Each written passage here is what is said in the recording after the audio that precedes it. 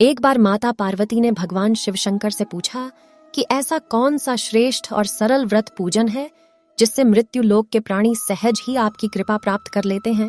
उत्तर में शिवजी ने माता पार्वती को शिवरात्रि के व्रत की विधि बताकर महाशिवरात्रि की कथा सुनाई। एक बार चित्रभानु नाम का एक शिकारी था जो पशुओं का शिकार करके अपने परिवार को पालता था। उस शिकारी ने एक साहूकार से ऋण लिया था, लेकिन वह उसे समय पर चुका नहीं सका, जिससे साहूकार ने क्रोधित होकर शिकारी को शिव मठ में बंदी बना दिया। संयोगवश वह महाशिवरात्रि का दिन था और वहां कीर्तन चल रहा था। शिकारी ध्यान मग्न होकर कीर्तन तथा शिव संबंधित धार्मिक बातें सुन रहा था। चतुर्दशी को उसने महाशिवरात्रि व्रत कथा भी सुनी। शाम के समय साहूकार ने शिकारी से ऋण संबंधी बात की। तब शिकारी ने अगले दिन सारा ऋण चुकाने का वचन दिया और बंधन मुक्त होकर वहां से चला गया। चित्रभानु वहां से सीधा जंगल में शिकार खोजने गया। भटकते भटकते उसे रात हो गई, लेकिन शिकार नहीं मिला। वहां एक बेल का पेड़ था जिसके नीचे शिवलिंग था। रात को शिकार के लिए वह उसी बेल के पेड़ पर चढ़ गया और नींद न आ जाए, इसलिए वह बेल पत्र को तोड़कर नीचे गिराने लगा।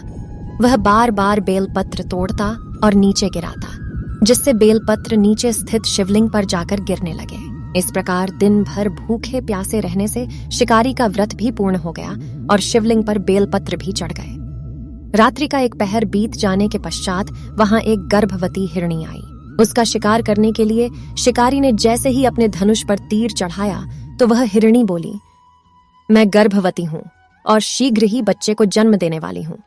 तुम एक साथ दो दो जीवों की हत्या करोगे तो अच्छा नहीं होगा।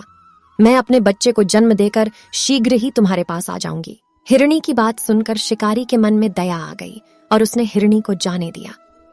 कुछ देर बाद एक और हिरण उधर से निकली, जिसे देखकर शिकारी प्रसन्न हो गया और अपने धनुष पर बाण चढ़ाया। उसे देखकर हिरणी ने विनम्रता पूर्वक निवेदन किया, मैं थोड़ी देर पहले ऋतु से निवृत्त हुई हूं और कामातुर विरहिणी हूं।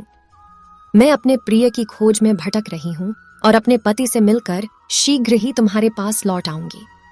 उसकी बात सुनकर शिकारी ने उसे भी जाने दिया।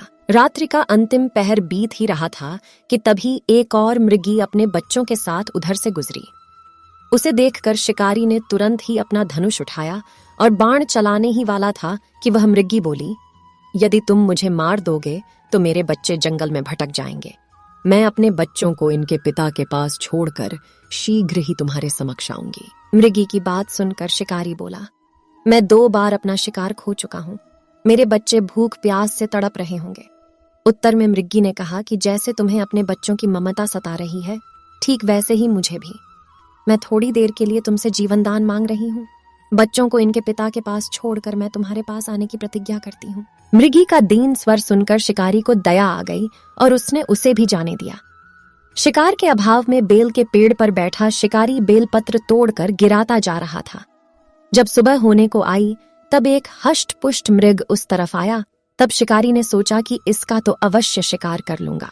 जब उसने धनुष पर तीर चढ़ाया तो वह मृग बोला, यदि तुमने पूर्व में आने वाली 3 मृगियों और उनके बच्चों को मार डाला है तो मुझे भी मार दो। मैं उन तीनों का पति हूं और यदि तुमने उनको छोड़ दिया है तो मुझे भी कुछ क्षणों का जीवन दान दो। मैं उनसे मिलकर शीघ्र ही तुम्हारे पास आऊंगा। मृग की बात सुनकर पूरे रात का घटनाक्रम उसकी आंखों के सामने घूम गया। उसने सारी बात मृग को बताई।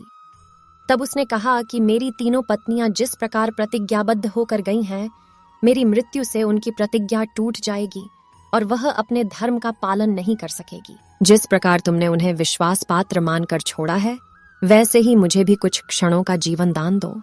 मैं उन सब के साथ तुम्हारे समक्ष उपस्थित होऊंगा।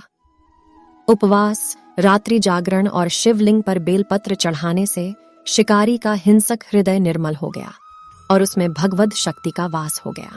धनुष बाण उसके हाथ से सहज ही छूटकर गिर गया। भगवान शिव की कृपा से उसका हिंसक हृदय करुणामय भाव से भर गया। वह आज अपने अतीत के कर्मों को याद कर पश्चाताप की आग में जलने लगा। थोड़ी देर बाद वह मृग सपरिवार उस शिकारी के समक्ष उपस्थित हुआ, किंतु जंगली पशुओं की ऐसी सत्यता, सात्विकता और प्रेम भावना देखकर शिकारी को बड़ी ग्लानि हुई। उसकी आंखों से आंसू झरझर कर गिरने लगे। उस मृग परिवार को न मारकर शिकारी ने अपने हृदय को कोमल और दयालु बना लिया। देवलोक से समस्त देवी देवता भी इस घटना को देख रहे थे। इस घटना की परिणति होते ही समस्त देवी देवताओं ने पुष्प वर्षा की। भगवान शिव ने अपने दिव्य स्वरूप के दर्शन कराए तथा सुख समृद्धि का वरदान देकर उसे गुह नाम प्रदान किया। यही वह गुह था जिसकी भगवान श्री राम की मित्रता हुई। यदि आपको हमारे चैनल द्वारा बताई गई कहानियां अच्छी लगती हैं तो हमारे चैनल को सब्सक्राइब करें। धन्यवाद।